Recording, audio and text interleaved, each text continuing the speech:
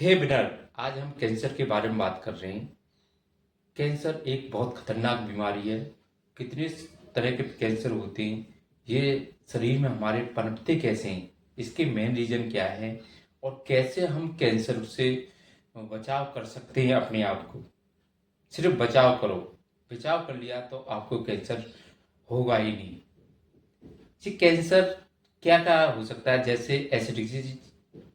एक पीएच होता है, पोटेंशियल ऑफ हाइड्रोजन। इसके एक स्केल होता है 0 से 14 तक। 7 से डाउन एसिडिक, 7 प्लस में एल्कलाइन, 7 न्यूट्रल। आज का पीएच लेवल अगर किसी चीज का एसिडिक है तो एसिडिक कैंसर को बढ़ाने का काम करती है।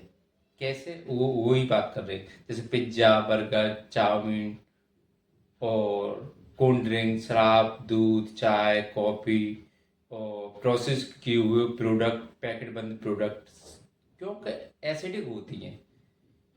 ये क्या है कि ब्लड के पीएच लेवल को डाउन करते हैं। जैसे ब्लड का पीएच लेवल डाउन होता है तो हमारे जो दो इलेक्ट्रॉन होते हैं, दो शेल होते हैं आपस में जुड़े हुए, वो एसिडिक से वो अलग हो जाते हैं। फ्री रेडिकल ज्यादा बन जाते हैं, एसिडिक की वजह से फ्री रेडिकल ज्यादा होता है तो उनको अलग अलग कर देते हैं। और अलग अलग होने से तो क्या करते हैं, ये दोनों सेल का एक सेल का है, उससे एक इलेक्ट्रॉन लेना चाहता है उससे जुड़ने के लिए, पर उसको डैमेज करता जाता है। इस तरीके से हमारे शरीर में कैंसर के सेल बहुत डेवलप हो जाते हैं। और कैंसर जब उनमें फाइट होती है, कैंसर के सेल ज्यादा हो जाते हैं और अच्छे सेल कम पड़ जाते हैं।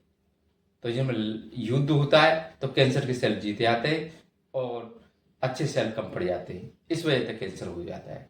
दोस्तों, इसके लिए हमें एल्कलाइन चीजें लेनी चाहिए, जैसे फल, सब्जियां और पेड़ों की पत्तियां और गंगा जल और पॉजिटिव थॉट। ये किस तरीके से यूज करेंगे, आज इसी की श्रेणी में बात कर रहे हैं। 6 से 8 बजे के बीच में जब जब हम सुबह जगते हैं, गुनगुना पानी लें और नींबू, एक गिलास में गुनगुना पानी लें, नींबू डालें उसमें और थोड़ा शहद डालें, उसे लेंगे। उसके बाद प्राणायाम करेंगे। अनुलोम विलोम करना बहुत जरूरी है, 8 घंटे कम से कम। और गहरी सांस लेना और ब्राह्मणी करना, ये तीनों चीजें बहुत जरूरी हैं। और उसके बाद धूप निकलती है। धूप जैसे ही निकलती है तो धूप के 7 बजे निकलती है, तो आध घंटे का जो समय है, आध घंटे तक हमें धूप लेनी चाहिए, आगे से भी और पीछे। 15 मिनट आगे से और 15 मिनट पीछे से। क्या है कि ये एंटीऑक्सीडेंट प्रॉपर्टी होती है जो हमारे शरीर को अच्छे सेल को एक्टिव करने का काम करती है। तो इस पर ध्यान देना चाहिए। और नाश्ते में सुबह 8:30 बजे से 9:30 बजे तक नाश्ता, ताजे फल, पपीता, सेब, अनार, मौसमी फल होना चाहिए, या जूस होना चाहिए तो गाजर, चुकंदर, आंवला का जूस होना चाहिए। और या इसके साथ भी ले सकते हैं 4-5 भीगे हुए बादाम या अखरोट ले सकते हैं। और 11 से 12 बजे के बीच में गेहूं, ज्वार, व्हीट रस कहते हैं।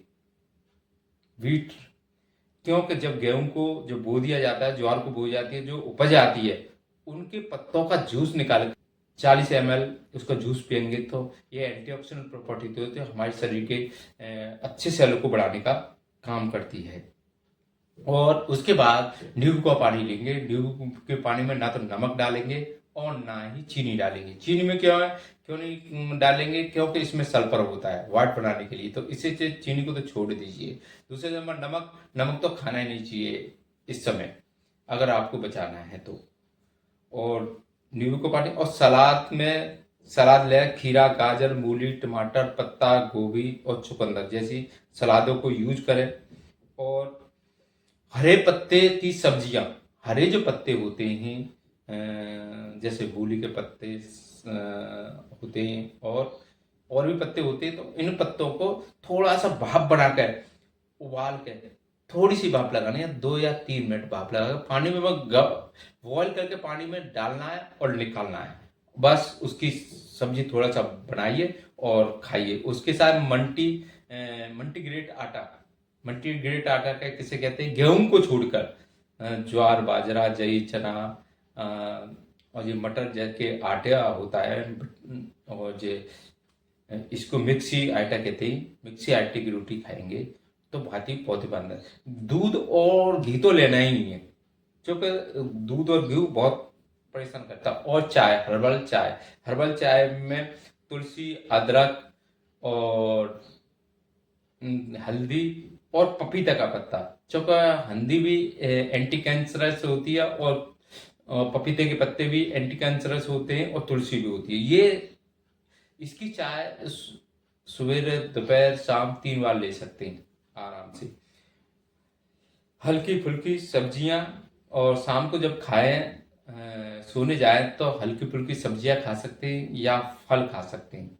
दोस्तों, इससे क्या है कि एल्कलाइन चीज ली है, ये इनका पीएच लेवल 7+ में होता है। ये क्या करेगा, अच्छे सेलों की बहुत संख्या बढ़ा देगा। जब अच्छे सेल बहुत ज्यादा हो जाएंगे, कैंसर सेल कम हो जाएंगे। इनमें जब युद्ध होगा तो अच्छे सेल जीत जाएंगे, तो कैंसर कभी आपके शरीर में होगा ही नहीं, और नहीं कहीं ये चीजें होने देगी। दोस्तों, आपसे अनुरोध है कि इस वीडियो को लाइक करें और शेयर करें और कमेंट करें। और शेयर तो जरूरी करना है, क्योंकि प्रत्येक आदमी तक इसके बारे में बताना है, कैसे डाइट लेनी है, किस तरीके से डाइट लेनी है कैंसर से बचने के लिए।